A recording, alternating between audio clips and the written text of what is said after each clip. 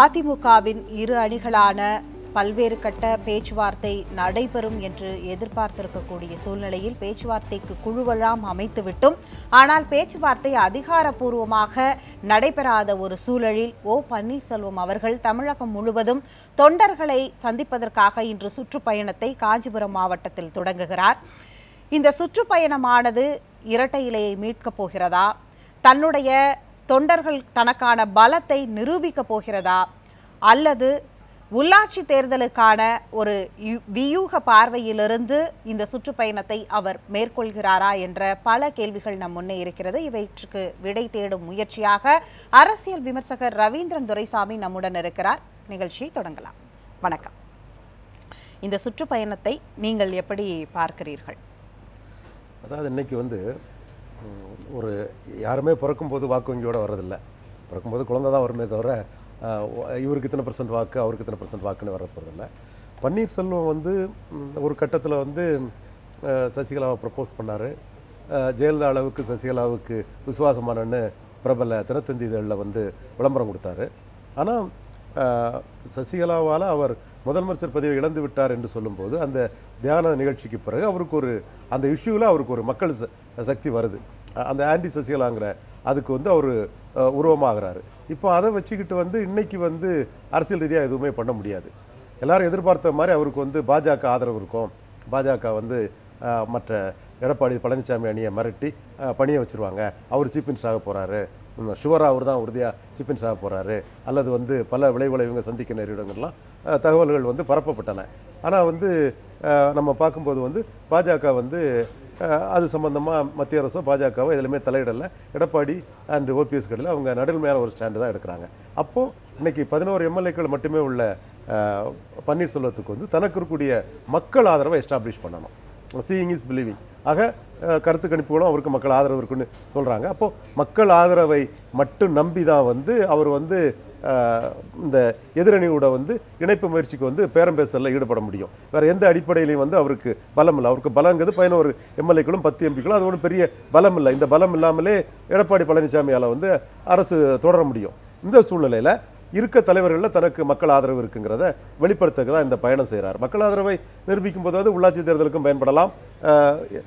தனது சகோதர அணியான எடப்பாடி பழனிசாமி அணியோட அரசியல் ரீதியான பேரத்துக்கு என்னை சார்ந்தவர்களுக்கு இவ்வளவு இடம், உன்னை சார்ந்தவர்களுக்கு இவ்வளவு இடம் பேரம் பேசுவதற்கும் அது பயன்படலாம். இப்போ அவருக்கு கூட ஒரே வழி என்னுடன் மக்கள் இருக்கிறார்கள் என்பதை மேனிஃபெஸ்ட் பண்ணுறதான் ஒரே வழி. அதற்கான வேலையில் அவர் ஈடுபட்டார். வேறு எந்த வகையிலையும் அவருக்கு ஸ்ட்ரென்த்து வெளிப்படையாக இல்லைங்கும்போது இதுதான் அவருக்கு இருக்கக்கூடிய ஒரே வழி. என்னோட அனுமானப்படியும் அதிமுக வாக்காளர்களில் ஒரு 50% அவர்கிட்ட இருப்பாங்க மாதிரி தான் நான் கருது. அசான் டேட் நாளைக்கு அதை எப்படி சஸ்டெயின் பண்ணி கொண்டு போகிறாரு, நாளைக்கு இது அப்படி டிசிபேட் ஆகுமா அல்லது இன்னும் ஸ்ட்ரெங்தன் ஆகுமாங்கிறதெல்லாம் வரும் அரசியல் நிகழ்வை வச்சு தான் சொல்ல முடியும். இன்றைக்கி அதிமுக தலைவர்களில் ஜெயலலிதாவுக்கு பிறகு அந்த 3ஆக அல்லது மறைமுகமாக 4ஆக பிரிந்த தலைவர்களில் மக்கள் ஆதரவில் முதலிடம் இவருக்கு தான் இருக்குன்னு கருதுறேன். அதாவது காஞ்சிபுரத்தில் தான் எம்ஜிஆர் அவர்கள் கட்சி கொடியை ஏற்றி தொடங்கி வைத்தார். அப்படி பார்க்கும் பொழுது காஞ்சிபுரத்திலிருந்து இவர் தொடங்குறதற்கும் இந்த பொதுக்கூட்டமும் காஞ்சிபுரம் மாவட்டத்தில் தான் பழைய மகாபலிபுரம் சாலையில் ஒய்எம்சிஏவில் நடைபெறுகிறது. இது எந்த ஒரு சென்டிமெண்ட் அடிப்படையில் இப்படி தொடங்குறாரா, அது எந்த அடிப்படையில் அவர் தொடங்குகிறார்? ஏனென்றால் இப்பொழுது கட்சியும் முழு கட்டுப்பாட்டில் அவரிடம் இல்லை, சின்னமும் இல்லை. இந்த சூழ்நிலையில் காஞ்சிபுரத்தில் பொறுப்பாளர்களை 3 பேரை நியமிக்க போவதாகவும் ஒரு தகவல்கள் சொல்லப்பட்டிருக்கு. அது எப்படி எந்த அடிப்படையில் செய்ய முடியும்? பொறுப்பாளர்னா இன்றைக்கி இந்த கட்சிங்கிறது இவருக்கு கிளைம் நாங்கள் தான் கட்சின்னு கிளைம் பண்ணுறாரு. அப்போ பொறுப்பாளரை நியமிக்குங்கிறது இவரோட கிளைமுக்கு கொஞ்சம் முரணாக தான் இருக்குது. இப்போ அவங்க கிளைம் என்னென்னா ஜெயலலிதா இறந்துட்டாங்க, பொதுச்செயலாளர் இல்லைன்னா அந்த கட்சியை பொதுச்செயலாளரால் நியமிக்கப்பட்ட மற்ற மூத்த நிர்வாகிகள், பொருளாளர், அவைத்தலைவர் நியமிப்பாங்க. அப்போ நாங்கள் தான் கட்சிங்கிறதான் கிளைம். அப்போ இவங்க அடிஷ்னலாக பொறுப்பாளர் நியமிக்காகும் போது அதில் சில முரண்பாடு இருக்கத்தான் செய்யுது. என்றாலும் அவங்களுக்கு இருக்கக்கூடிய ஒரே வழி ஏற்கனவே சொன்னது மாதிரி இதுதான். எம்ஜிஆரே காஞ்சிபுரத்தில் ஆரம்பித்து திண்டுக்கல்லில் ஜெயித்து உடனே என்ன சீஃப் மினிஸ்டர் ஆகிட்டார். இந்திரா காந்தி கண்டுக்கவே இல்லை. திமுக திண்டுக்கல்ல மிகப்பெரிய வெற்றி பெற்ற முறையும் கருணாநிதி தான் சீஃப் மினிஸ்டராக தொடர்ந்தார். 73 தொடர்ந்தார், 74 தொடர்ந்தார், 75 தொடர்ந்தார், 76 தொடர்ந்தார். 76 மத்திய அரசு கருணாநிதி காங்கிரஸ் கட்சியின் உள்விவகாரத்தில் மூப்பனாருக்கும் நெடுமாறனுக்கும் எதிராட்டு ராமச்சந்திரனுக்கு ஆதரவாக கருணாநிதி இங்கு முதலமைச்சராக இருந்து செயல்படுகிறார் என்பதனால் எமர்ஜென்சியில் வந்து தன்னோட பொலிட்டிக்கல் இன்ட்ரெஸ்ட்டுக்கு எதிராக கருணாநிதி செயல்படுகிறார் என்று இந்திரா காந்தி வந்து கருணாநிதியை டிஸ்மிஸ் பண்ணாங்க. அவங்களுக்கு வந்து மக்கள் செல்வாக்கு கருணாநிதி இழந்துட்டாருனோ ஊழலுங்கிறத வந்து 73 இருந்தே அவங்களுக்கு தெரியாமலாம் இருக்குது. இந்த நிகழ்வுக்கு பிறகு தான் அவங்க இது பண்ணுறாங்க. ஸோ மத்திய அரசு தனக்கு என்ன லாபங்கிறத அடிப்படையில் தான் எந்த முடிவும் எடுக்க முடியும். இது வந்து எம்ஜிஆர் விஷயத்தில் இப்படி தான் நடந்து. ஜெகன் ரெட்டி வந்து இடைத்தேர்தலிலே ஜெயித்தார். ஜெயித்த பிறகும் கடைசியாக வந்து மோடி ப்ளஸ் சந்திரபாபு நாயுடுல அவர் ஆட்சியை பிடிக்க முடியல. என்றாலும் ஒரு மக்கள் தலைவராக ஜெகன் ரெட்டி இருக்கிறார். ஸோ மக்கள் சக்தியை நிரூபித்து மக்கள் தலைவர் வரக்கூடியவங்க அந்த தேர்தல் வரும்போது தான் தங்களோட வாய்ப்பை பார்க்க முடியுமே தவிர இப்போ வந்து கவுண்ட் ஆகிறது 11 எம்எல்ஏ தான். மக்களால் தேர்ந்தெடுக்கப்பட்ட எம்எல்ஏக்கள் தான் கவுண்ட். நான் இன்னைக்கு அதிகாரம் வந்து எடப்பாடி பழனிசாமி கிட்ட தான். அவர்கிட்ட 122 எம்எல்ஏக்கள் இருக்கிறது. அதுதான் இன்னைக்கு மெட்டீரியல் ஃபேக்டர். அதிகாரத்தை முடிவு பண்ணுறது எம்எல்ஏக்கள் தான். இவர் வந்து அது இல்லாத பட்சத்தில் வந்து மக்கள் ஆதரவுங்கிறத வந்து தனக்கு நிலைநாட்டி இதன் மூலமாக அரசியலில் வந்து உள்ளாட்சி தேர்தலில் வெற்றி பெறதுக்கோ நாளைக்கு வந்து அரசியலை தன்னை ஒரு சக்தியாக நிரூபிக்கிறதுக்கான வேலைகளை பார்க்குறாரு. இதுதான் இவரால் பார்க்க முடியும். ஏன்னா தன்னை நம்பி செயல்படக்கூடிய இடத்துல மக்கள் தன் பக்கம் இருக்கிறாங்கிறத காட்ட மட்டும்தான் முடியுமே தவிர வேற மற்றபடி இன்னொரு கட்சி வந்து இவருக்காகலாம் வந்து கை தூக்க வராது. எல்லாரும் சொல்ற மாதிரி பாஜக ஓபிஎஸ்க்காக வரும் ஓபிஎஸ்க்காக வருங்கிறத சொல்றாங்க. நிச்சயமா வராது. நீங்க வந்து அரசியல்ல தெலுங்கானா உருவாகும் போது சந்திரசேகர் ராவ் என்ன சொன்னாரு? சோனியா காந்தி அம்மையாரை நாங்க தெய்வமா வணங்குவோம்.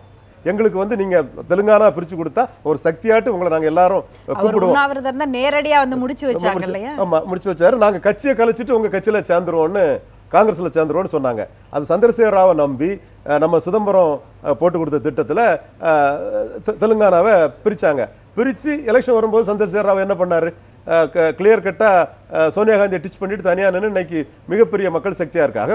ஒரு கட்சி வந்து இன்னொருத்தரை நம்பி வந்து பயணம் பண்ண முடியாது, பயணம் பண்ணவும் மாட்டாங்க. அதுவும் அமித்ஷா மோடி போன்றவர்கள்லாம் வந்து இன்னொருத்தர் நம்பி பயணம் பண்ணக்கூடிய அந்த செயலை பண்ண மாட்டாங்க. அப்போ தன்னை நம்பி தான் பன்னீர்செல்வம் அரசியலில் தன்னை தகவமைத்துக் கொள்ளணும். அதற்கான ஒரே வழி மக்கள் சந்திப்பு தான். தொடர்ந்து நாம் பேசலாம். தற்பொழுது பன்னீர்செல்வம் அவர்கள் அணியிலிருந்து நிர்மலா பெரியசாமி அவர்கள் தொடர்பில் இணைந்திருக்கிறார்கள். வணக்கம் மேடம். இன்றைய இந்த சுற்றுப்பயணத்துடைய காரணங்களாக முன்னால் வைக்கக்கூடியது என்னென்ன அப்படிங்கிறத சொல்லுங்க. எல்லோருக்கும் தெரிந்த மாதிரி இன்று அண்ணா திராவிட முன்னேற்ற கழகத்தின் மூச்சு என்பது 3 எழுத்தில் இருக்கிறதுன்னு சொல்லுவோம். முதல்ல எம்ஜிஆர் என்ற 3 எழுத்து, அதற்கு பிறகு அம்மா என்ற 3 எழுத்து, இப்பொழுது அண்ணன் ஓபிஎஸ் என்ற 3 எழுத்து. இந்த 3 எழுத்துக்களும் மக்கள் ஆதரவை முதல்ல இருந்த 2 தலைவர்களுமே மக்களின் பேராதரவோடு மிகப்பெரிய தலைவர்களாக வாழ்ந்து மறைந்தார்கள்.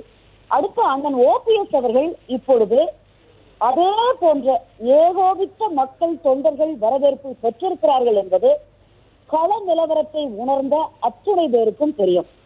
இருந்த போதிலும் இப்பொழுது சகோதரர் ரவீந்திரன் அவர்கள் சொன்னதை போல ஆட்சி அதிகாரம் வெறும் நம்பர் கணக்குகளாலே நிர்ணயிக்கப்படுவதால் தற்சமயம் வேறொருடம் அண்ணன் எடப்பாடி அவர்களிடம் இருப்பதாலும் அண்ணன் அவர்கள் மீண்டும் இந்த கட்சியும் மீண்டும் ஆட்சி பொறுப்பும் இவரிடம் வரும் வரைக்கும் தொண்டர்களை எழுச்சியோடு வைத்திருக்க வேண்டியது ஒரு முக்கிய கடமை. தொண்டர்கள் பலம் எந்த அளவுக்கு எங்களுக்கு இருக்கிறது என்பதை உலகுக்கு உணர்த்துவது அடுத்த ஒரு கடமையாகிறது. ஒரு இன்டாக்டாக வழிநடத்தி செல்ல வருவதற்காக, கட்சியை பலப்படுத்துவதற்காக, எல்லோரையும் உற்சாகமாக வைத்திருப்பதற்காக நமது நோக்கங்களை லட்சியங்களை தெளிவாக அத்தனை பேருக்கும் எப்படி நடக்க வேண்டும், எப்படி எதிர்காலத்தில் நடந்து கொள்ள வேண்டும் என்பதை தொண்டர்களுக்கு அறிவுறுத்தும் விதமாகவும் இந்த ஒரு தொண்டர்களை சென்று தலைவர் தொண்டரை சென்று தேடி சென்று பார்க்கக்கூடிய இந்த நிகழ்வு நடக்கிறது. அதாவது ஒரு பக்கம் பேச்சுவார்த்தைக்கு குழு அமைத்தீர்கள், ஆனால் அதிகாரப்பூர்வமாக 2 அணிகளுமே நீங்கள் பேச்சுவார்த்தை நடத்தவில்லை.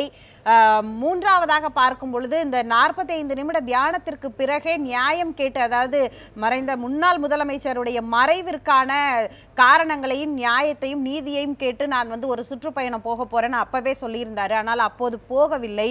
இப்போது வந்து போவதற்கான காரணங்கள் அப்படிங்கிறது வந்து இந்த பேச்சுவார்த்தையிலையும் தோல்வி கண்டுவிட்டு அதன் பிறகு வந்து தனக்கான பலத்தை நிரூபிப்பதற்கான வாய்ப்புகளை இழந்த சூழ்நிலையில தான் இப்ப மக்களை சந்திக்க போகிறாரா? அதை எப்படி எடுத்துக்கொள்வது?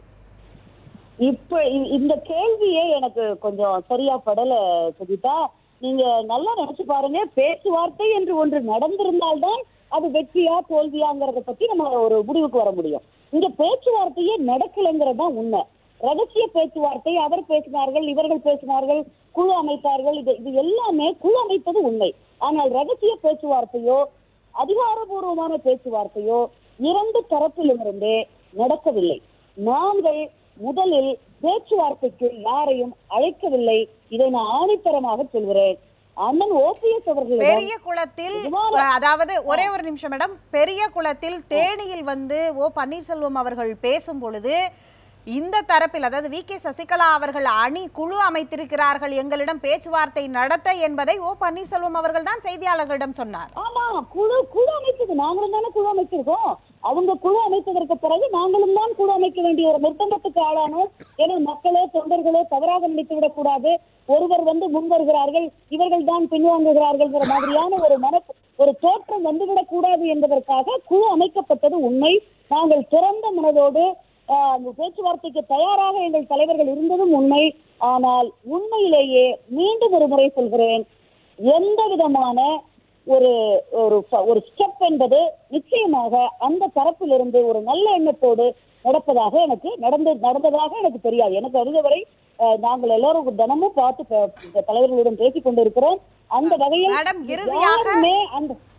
அதாவது உங்களிடம் இறுதியாக ஒரு கேள்வி என்னவென்றால், அதாவது இந்த 122 எம்எல்ஏக்கள் நம்பிக்கை வாக்கெடுப்புக்கு பிறகும் அதன் பிறகு ஆர்கே நகர் தொகுதி தேர்தல் ரத்து, மிகப்பெரிய மாற்றங்கள் கட்சிக்குள், டிடிவி தினகரன் அவர்கள் கைது, இன்னும் சொல்ல போனால் அவரை கட்சியை விட்டு நீக்குவது, வி.கே. சசிகலா அவர்களுடைய பதாகைகளை அதிமுக தலைமை அலுவலகத்திலிருந்து நீக்குவது என்று நீங்கள் உங்கள் தரப்பிலிருந்து வைத்த கோரிக்கைகள் பெரும்பாலும் அது கள யதார்த்தத்தில் நடைமுறை சாத்தியத்தில் வந்து கொண்டே இருந்தது, செயலாக்கம் பெற்றுக் கொண்டே இருந்தது. இந்த சூழ்நிலையில் நான் கேள்வியை முடிச்சிடறேன். இந்த சூழ்நிலையில் ஆனால் இந்த 122 எம்எல்ஏக்களில் யாரும் இந்த பக்கம் வரவே இல்லை, அவர்கள் அப்படியே தான் இருக்கிறார்கள். ஆனால் முதல்வர் பதவியினால் தான் இந்த பிரச்சனையா, அல்லது எதற்காக இந்த பேச்சுவார்த்தையே நடத்தாமல் பேச்சுவார்த்தைக்கு குழு அமைத்து விட்டு நான் மக்களை சந்திக்க போகிறேன் என்று சொல்ல வேண்டும் என்பதுதான் கேள்வி. இல்ல, இது முழுக்க யூகத்தின் அடிப்படையிலானது. முதல்வர் பதவியை பற்றியோ பொதுச் செயலாளர் பதவியை பற்றியோ எந்த விதமான கோரிக்கைகளோ பேச்சுவார்த்தைக்கு ஒரு அடித்தளமாகவோ ஒரு கோரிக்கையாகவோ வைக்கப்படவில்லை. அதை ஆணித்தரமாக 100% உண்மை இது நிச்சயமாக வைக்கல. ரெண்டே கோரிக்கை, அம்மாவின் மரணத்துக்கான மர்மத்துக்கு சிபிஐ விசாரணை, இன்னொன்று திருமதி சசிகலா நடராஜன் அவர்களுடைய குடும்பத்தார் முற்றிலுமாக நீக்கப்பட வேண்டும். இன்றும் பொதுச் செயலாளர் என்று அவரும் துணை பொதுச் செயலாளர் என்று அவரது சொந்த அக்கா மகனான தற்போது திகார் சிறையில் இருக்கும் திரு டிடிவி தினகரன் அவர்களும் தான் முன்மொழியப்பட்டிருக்கிறார்கள். அவர்கள் கையெழுத்திட்ட அந்த பிரமாண பத்திரங்கள் தான் தாக்கல் செய்யப்படுகிறது. இது ஒரு படத்தை ஒரு அகற்றியது ஒரு ஸ்டெப் என்று சொல்லலாம். ஆனால் அந்த ஸ்டெப் பத்தாது, நிச்சயமாக அது போதாது. முழுக்க அவர்கள் நீக்கப்பட வேண்டும் என்றால் இவர்கள் இருவரும் ஒரு ராஜினாமா செய்ததாகவோ அல்லது நீக்கப்பட்டதாகவோ ஏதாவது ஒரு அதிகாரப்பூர்வமான சட்டத்திட்டங்களுக்கு, அதிமுகவின் சட்டத்திட்டங்களுக்கு உட்பட்ட வகையில் நடந்திருக்க வேண்டும். அது நடைபெறவில்லை. அங்கே நீங்கள் பார்த்திருப்பீர்கள், தாறுமாறான கருத்துக்கள். அண்ணன் ஜெயக்குமார் அவர்கள் ஒரு பக்கம் ஒரு சர்க்காஸ்டிக்கான வந்தா வாங்க வராட்டி போங்கிற மாதிரி, அதாவது அவர்களுடைய பதவிக்கும் தகுதிக்கும் நீண்ட நெடிய அரசியல் அனுபவத்துக்கும் கொஞ்சம் கூட பொருந்தாத வகையில் அவர்களுடைய கமெண்ட்கள், விமர்சனங்கள் எங்களை இந்த ஒரு நிலைக்கு தள்ளிவிட்டது. தொண்டர்களுடைய கருத்தை அண்ணன் ஓபிஎஸ் அவர்கள் முழுமையாக தலைவர்கள் எல்லாம் கேட்டார்கள். உங்களுடைய கருத்துக்களுக்கு மிக்க நன்றி மேடம். உங்களுடைய கருத்துக்களுக்கு மிக்க நன்றி. இப்போது நிர்மலா பெரியசாமி அவர்களுடைய கருத்தையும் கேட்டிருப்பீர்கள். ஆனால் அவர் இது எதுவுமே பேச்சுவார்த்தைக்கு நடைபெறவே இல்லை, நாங்கள் அதில் தோல்வி கண்டிருந்தா தானே இதை மக்கள் பயணத்தை நம்ப முடியும். நீங்கள் ஆரம்பத்திலேயே சொன்னீங்க அவர்களுக்கான எண்ணிக்கை இதுவரை வரவில்லை, அந்த 10 எம்எல்ஏக்களை தாண்டி யாரும் வரவில்லை என்பது இப்போது மக்கள் முன்னால் அவரை நிரூபிக்க வேண்டிய கட்டாயம். ஆனால் அவங்க என்ன சொல்கிறாங்கன்னா, நாங்கள் பேச்சுவார்த்தைக்கு அழைக்கவே இல்லை, பேச்சுவார்த்தையில் தோல்வி கண்டா தானே இப்படி யோசிக்கணும் அப்படின்றாங்க. பேச்சுவார்த்தை தோல்விங்கிற பிரச்சனைக்கே இல்லை. இப்போ பேச்சுவார்த்தை ஸ்டார்ட்டே ஆகலை, நான் ஸ்டார்டர். நீங்கள் எனக்கு தெரிஞ்ச வரையில் வெளிப்படையாக பேச்சுவார்த்தை நடத்தலையே தவிர மற்றபடி பேசிட்டு தான் இருக்கிறாங்க. பேசிட்டு இருக்கும்போது இப்போ எடப்பாடியை போய் அணுகி கேட்டால் கூட அவர் இணைப்புக்கு வேண்டான்னு சொல்லலை, இணைப்பு தான் சரி வாங்க பேசுங்கிற மாதிரி தான் ஒவ்வொரு அந்த 2 பேருக்குமே நம்பிக்கைக்குரியவங்க, 2 பேருக்குமே குட் புக்கில் இருக்கக்கூடியவங்க பண்ணிட்டு தான் இருக்கிறாங்க. என்றாலும் அது விஷயங்கள் வரும்போது ஒவ்வொருத்தரும் பார்க்கும்போது சரி பண்ணிடலாம் பேசிடலான்னு சொல்லும்போது அந்த விஷயம் நெருங்கி வரும்போது வந்து அதில் உள்ள முரண்பாடுகள் வந்து அவங்கள விலகி போய் சொல்லுது. மேலும் வந்து கான்ஃப்ளிக்ட் ஆஃப் இன்ட்ரெஸ்ட்.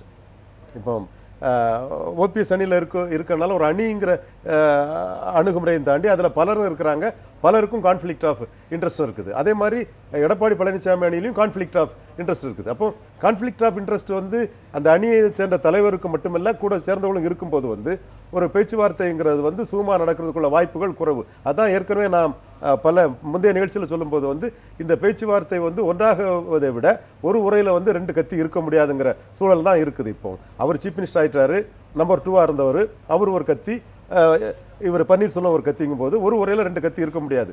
முந்தைய காலகட்டத்தில் எப்படி ஆச்சுன்னா ஜெயலலிதா வந்து 2/3 அதிமுக ஓட்டில் 2/3 எடுத்தாங்க, ஜானகி வந்து 1/3 எடுத்தாங்க. ஜானகி வந்து தோத்து போன ஜானகி வந்து அரசியலை விட்டு விலகிட்டாங்க. அப்போ ஒரு கத்தி தான், அதிமுக ஒரு தலைவர் தான். இங்கே வந்து இவங்க 2 பேருமே வந்து அரசியலை விட்டு விலக போகிறதில்ல.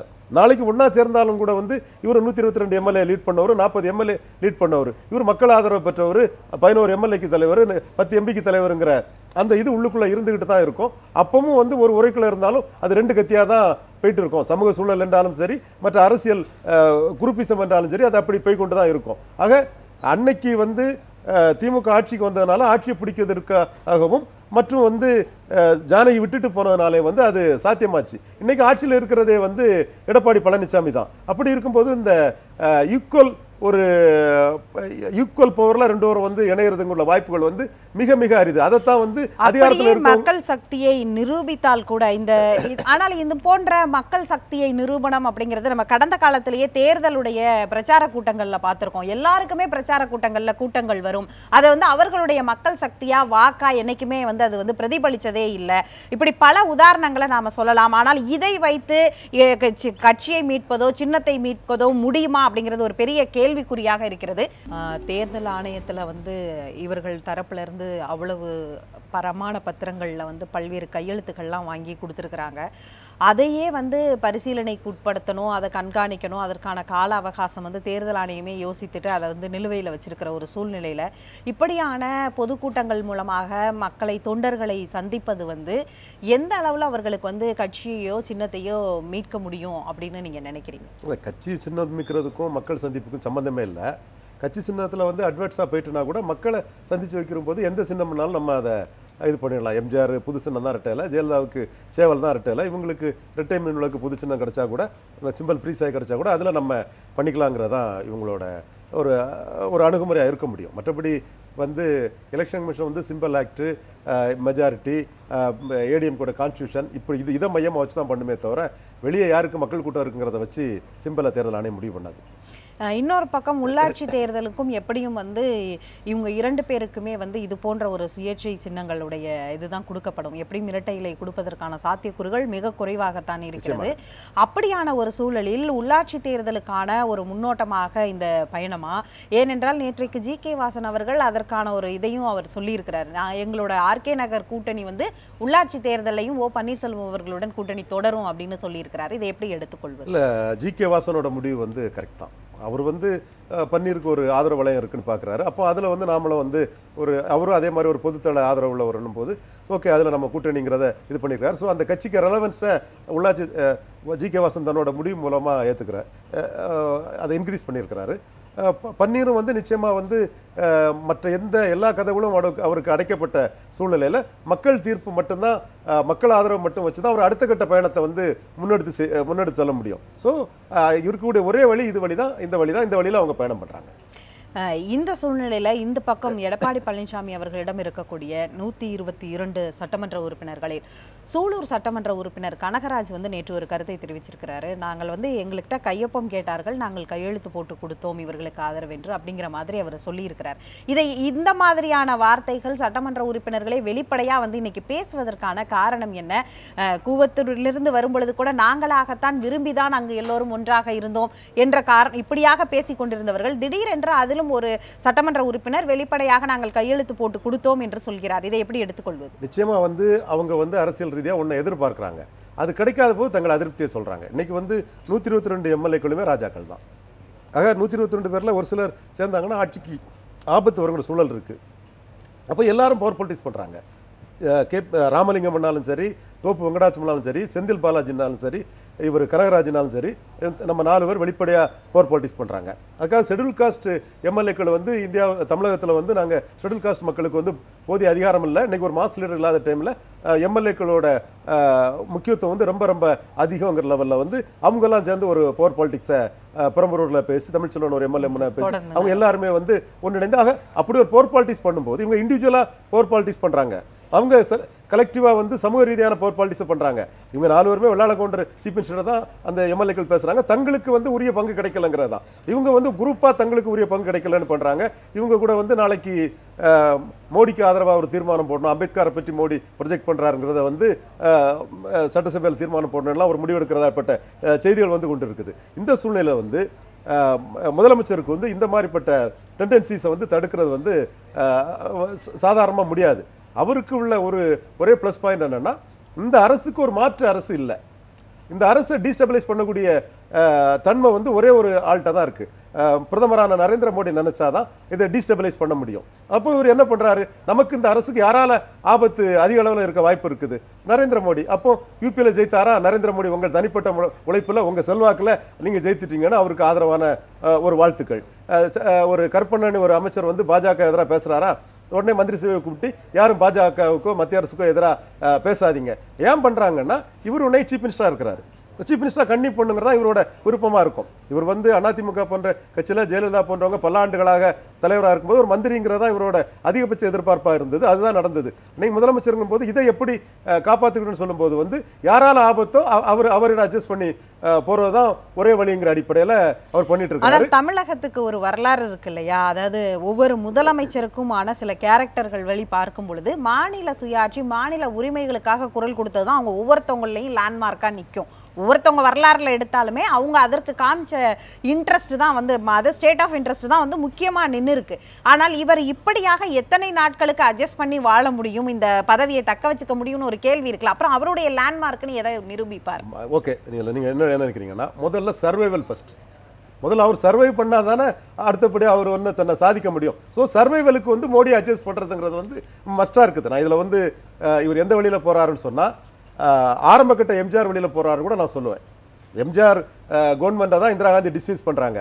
அதே இந்திரா காந்தி அன்னை மீனாட்சின்னு எம்ஜிஆர் போல்றாரு. ஏன்னா அவர் என்ன நினைக்காருன்னா, இந்திரா காந்திக்கு இங்கே தமிழ்நாட்டில் 20% பலம் இருக்குது, மத்தியில் அசைக்க முடியாத அசுர பலத்தில் மிகப்பெரிய பிரதமராக இருக்காங்க. அவர் கருணாநிதியோட சேர்ந்தா என்னைக்கு வேணாலும் நம்மளை டிஸ்லார்ஜ் பண்ணிடலாம், என்னைக்கு வேணாலும் நம்மளை வீழ்த்திடலாம். ஏற்கனவே ஒரு மக்களவைத் தேர்தல் நம்மளை தோக்கடிச்சிட்டாங்க, அதனால் நம்மளை தோக்கடிச்சலாம்னு சொல்லும்போது வந்து எம்ஜிஆர் பாணி என்னவா இருக்குன்னா, மொரார்ஜி வந்ததும் இந்திரா காந்தியை வந்து தஞ்சாவூரில் நிற்க சொல்கிறாரு. மொரார்ஜி வந்து நீங்கள் நண்பரா எதிரியான்னு சொல்லுங்கன்னு கேட்டதாக சொல்லும்போது வந்து இந்திரா காந்தி இங்கே நின்னா லாண்ட் ஆர்டர் வரும்னு அதில் பின் வாங்கிடுறாரு. அடுத்தால எமர்ஜென்சி காலகட்டத்தில் வந்து கட்சி வந்து தேசிய கட்சிகளை எல்லாமே மாநில கட்சிகளை தடை பண்ண போகணும்னு சொல்லும்போது திராவிட கட்சி கூட ஒரு அகில இந்தியங்கிறத போடுறாரு. நான் ஒரு மக்கள் தலைவர் தான் எம்ஜிஆர், அவரே இப்படிப்பட்ட ஒரு அணுகுமுறை தான் எடுத்தார். சென்ட்ரல் கூட கான்ஃபரன்டேஷன் வேண்டாம், அப்படி கான்ஃபரன்டேஷன் நம்ம போனால் நம்ம எதிரியான கருணாநிதி அதை பயன்படுத்திக்கிட்டு வந்து அவர் பலம் பெற்றுவார், நம்ம பலகீனம் அடைஞ்சிருவோம், நம்ம தோற்றுருவோம். ஏற்கனவே ஒரு களத்தில் நம்ம தோத்துட்டோம், அதனால நம்ம கேர்ஃபுல்லாக போவோம், ப்ரூடண்டாக போவோம், புத்திசாலித்தனமாக போகும்னு எம்ஜிஆர் வந்து மிகப்பெரிய புத்திசாலித்தனமாக தான் அது பண்ணார். இந்திய எதிர்த்து கூட திமுக தலைவர் கருணாநிதி அன்பழகனும் போராடும் போது அவங்க எம்எல்ஏ பதவியை தான் டிஸ்குவாலிஃபை பண்ணாரே தவிர, இதன் மூலமாக மத்திய அரசு கூட நம்ம ஒரு பிரச்சனையை உருவாக்கி அங்கே பிரச்சனையாகி அது கருணாநிதிக்கு லாபமாக வந்துடக்கூடாதுன்னு தான் நினைக்கிறாப்புல. இப்போ வந்து மாநில உரிமைகளை வந்து எடப்பாடி பழனிசாமி விட்டு கொடுக்குறார், சந்தேகமே இல்லை. அதுக்காக ஒரு போட்டி போடுறாருன்னு வைங்க, எனக்கு பாறையில் மோதுற மாதிரி நான் மோதுறேன் அப்படின்னா இன்னைக்கு மாநில உரிமை கூட பேசக்கூடிய ஸ்டாலின் அவர் பின்னாடி நிற்பாரா? கேரண்டி உங்களால் கொடுக்க முடியுமா, என்னால் கொடுக்க முடியுமா? யார் அந்த கேரண்டி கொடுக்க முடியும்? ஆக நீங்கள் வந்து அவரை உசுப்பி விட்டு பதவி அவர் போயிடணும். அப்படி இருக்கக்கூடிய அளவுக்கு அவர் என்ன இவ்வளோ அரசியல் அனுபவம் உள்ளவர், அதில் ஏமாளி ஆட்டா இருப்பார். ஃபர்ஸ்ட்டில் சர்வைவல் ஃபர்ஸ்ட். ஸோ சர்வைவல் என்னவோ அதைத்தான் அவர் பண்ணுறாரு. எடப்பாடி பழனிசாமி முழுக்க முழுக்க தன்னோட சர்வைவல் பொலிட்டிக்ஸை தான் பண்ணுறாரு. நிகழ்ச்சியில் பங்கேற்று உங்களுடைய கருத்துக்களை பகிர்ந்து கொண்டதற்கு மிக்க நன்றி. நன்றி. மற்றும் ஒரு நிகழ்ச்சியில் சந்திக்கலாம். நன்றி, வணக்கம்.